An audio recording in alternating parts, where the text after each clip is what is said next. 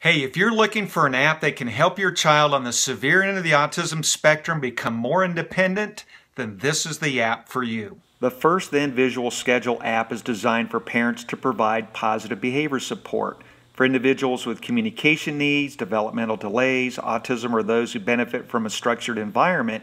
Visual schedules serve to increase independence and lower anxiety. And this app's fully customizable. You can use your own photos or add photos from the internet, record your own voice for the images, create as many schedules as you need as a checklist feature.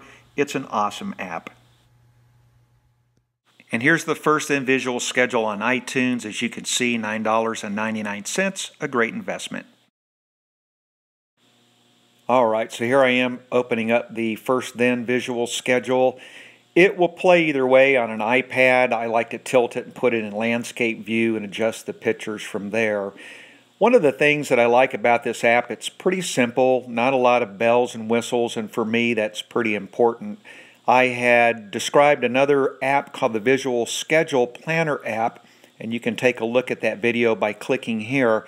I would recommend that particular app for kids that are in the high to moderate end of the autism spectrum.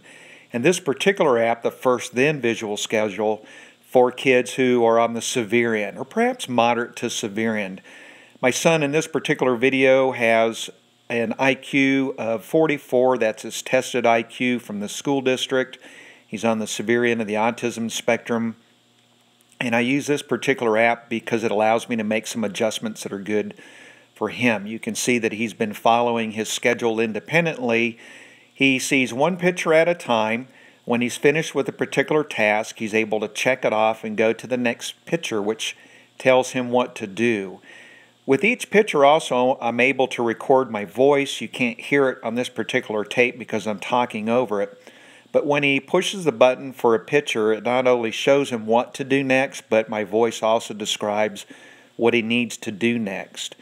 And I've really kind of hacked this video up into a lot of little pieces. There are actually 22 steps that are involved in Joshua making his lunch. He's a kiddo who needs step-by-step instruction in order to accomplish a lengthy task like this, because he's not going to be able to do it from memory, and that's of course a challenge for kids on the autism spectrum.